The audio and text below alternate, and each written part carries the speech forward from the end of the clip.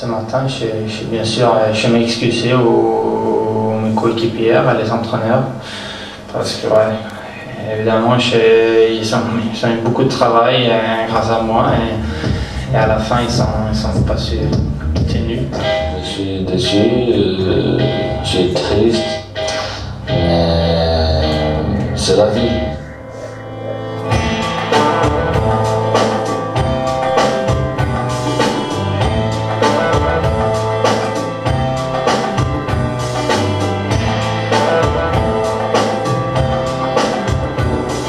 Je pense que pour l'entraîneur, c'est quand même une bonne chose d'avoir un joueur qui peut jouer à 3-4 postes différents, ça peut toujours dépanner.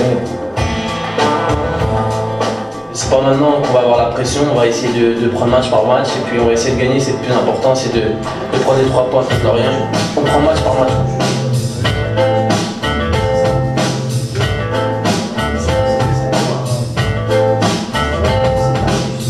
Lorient-Ouest devait être le match de la réaction pour l'Olympique Lyonnais, mais il a assommé un peu plus les Olympiens dans un début de saison à oublier. Ça me réussit bien en ce moment, mais voilà, on va pas s'enfermer pour longtemps. Ce soir, on a fait quelque chose de magnifique, de battre l'OL.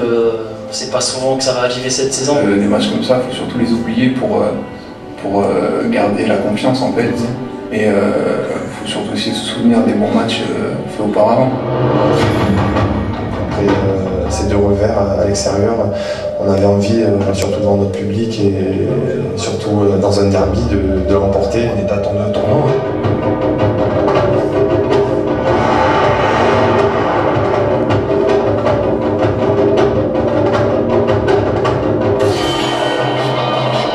Aujourd'hui, j'ai la chance de marquer un but comme ça, tant mieux, on prend 3 points. Un derby, ça se joue pas, ça se gagne. C'est vrai qu'on aurait aimé voir un Noël flamboyant, mais bon, chaque chose en son temps. Le plus important, c'est de prendre des points, de se rassurer. Je pense que Lyon est encore en période de rodage, a besoin de se trouver, a besoin de se retrouver. Tactiquement, il y a encore des améliorations à trouver. Je pense qu'on retrouvera Lyon champion de France cette année encore une fois. Est-ce que ce sera un petit peu plus difficile? Certainement, mais le talent et les qualités sont là. Ça on rattrape un petit peu à l'époque qu'on a perdu à l'Orient à Toulouse, donc c'est bien. On est sur 2 victoires consécutives, donc il faut enchaîner maintenant dans les demi-finales face au Mans.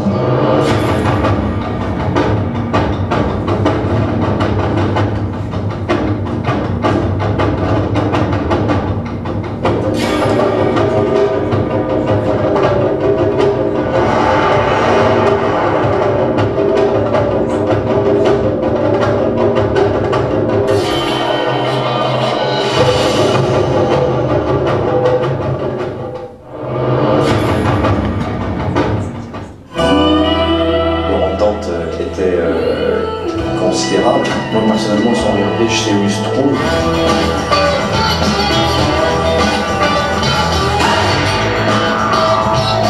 Ce soir, ils ont été tout simplement excellents.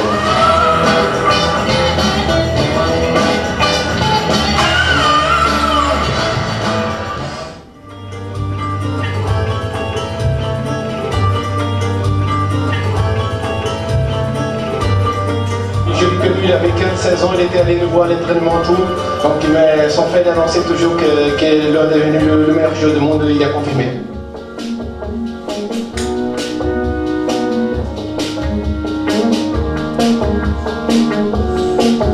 On va pas baisser la tête, c'est une défaite, ça arrive à tout le monde. Si on va les années derrière, on avait l'habitude de jouer n'importe où, contre n'importe quelle équipe, de la même façon. 3-0, voilà une défaite qui pourrait laisser des traces pour effacer cet affront. L'OL doit absolument remporter son prochain match face aux Glasgow Rangers dans 2 semaines à Gerland. Pensons à ce match contre Glasgow qui arrive en fait assez vite et qui peut nous permettre de revenir à égalité avec nos compétiteurs. Je suis déçu durant ce sujet. La défaite au Barça. J'ai pas de sentiment. On va être dans la merde alors. Non, j'ai la haine sur des matchs comme ça, parce que c'est bon, voilà, mais non, je dégage toujours après, il y a toujours des émotions. Le match, c'est vraiment un condensé d'émotions, quand on gagne, quand on perd. Mais après, tout de suite, l'aspect professionnel revient et j'analyse. Et après, j'analyse parce que ce qui m'intéresse, c'est de préparer le match suivant. Et je sais que lorsqu'on perd, il y a un problème de confiance qui peut s'établir, il faut aussi rectifier certaines choses. Lorsqu'on gagne, il peut y avoir le contraire. Un peu d'euphorie, un excès de confiance, donc il faut recadrer un peu les choses. Et tout n'est pas parfait dans une victoire. Et on a gagné des matchs. Et le match de Saint-Etienne que l'on gagne, qui était si important derrière 2 défaites, c'était stratégiquement très important de gagner. On n'a pas fait un très grand match, et inversement, quelquefois on peut faire un bon match et que ça se passe mal. Moi, je fais la part des choses entre la performance individuelle des joueurs, la performance de l'équipe et le résultat du match. Donc je ne me laisse pas accabler par justement le résultat du match, même si je reviens sur Toulouse, ce match-là c'est quand même un match extraordinaire. Moi, j'ai ma vie, je n'ai jamais vu, ma vie d'entraîneur plus de 20 ans, un match comme celui-ci. 3 joueurs blessés sur le même match. La veille, Patmir se blesse. Au bout de 10 minutes, Sid Govou se blesse, Monet lui est sortir. Ensuite, la blessure de Chris. Kim Karlström, qui n'est pas réputé comme le plus violent des garçons, le plus correct. Il pète un câble à un moment donné parce qu'il a pris un coup, il prend un rouge. On prend un but à la dernière minute. Alors, il y a un scénario sur ce match-là, je n'ai jamais vu ça sur un match.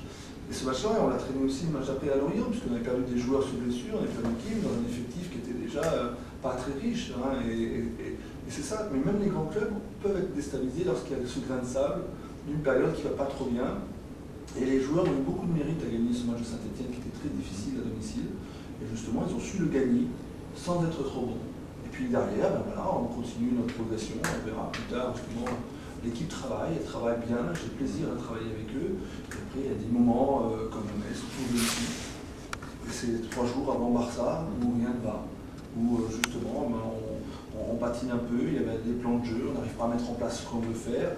Et puis bon, au moment où on semble dans le match revenir en match où ça va mieux en deuxième mi-temps, on perd que 1-0, ben, le score s'alourdit en fin de match. Et à ce moment-là, ben, on prend 2 buts et le score devient lourd. Bon, et donc voilà, il y a des épisodes comme ça, des histoires de match. Et moi, je les passe toujours après ce qui s'est passé. Les émotions, ça dure 24 heures.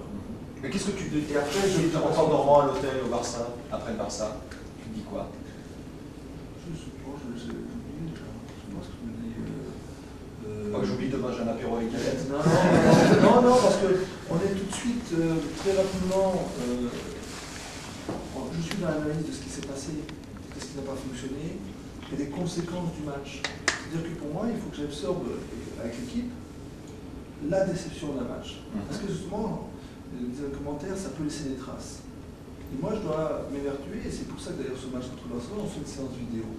Parce que justement, il y avait des éléments positifs, et je peux vous dire que les joueurs avaient un sentiment tellement négatif, et aussi à travers le discours. C'est le jour où Jean-Mignon avait piqué la télécommande, là, tout ça? Voilà, pour la séance vidéo. Lui, il était tellement marqué, justement, par cette défaite, parce que c'est un affectif, c'est un compétiteur, là, il ne voulait pas revoir les images.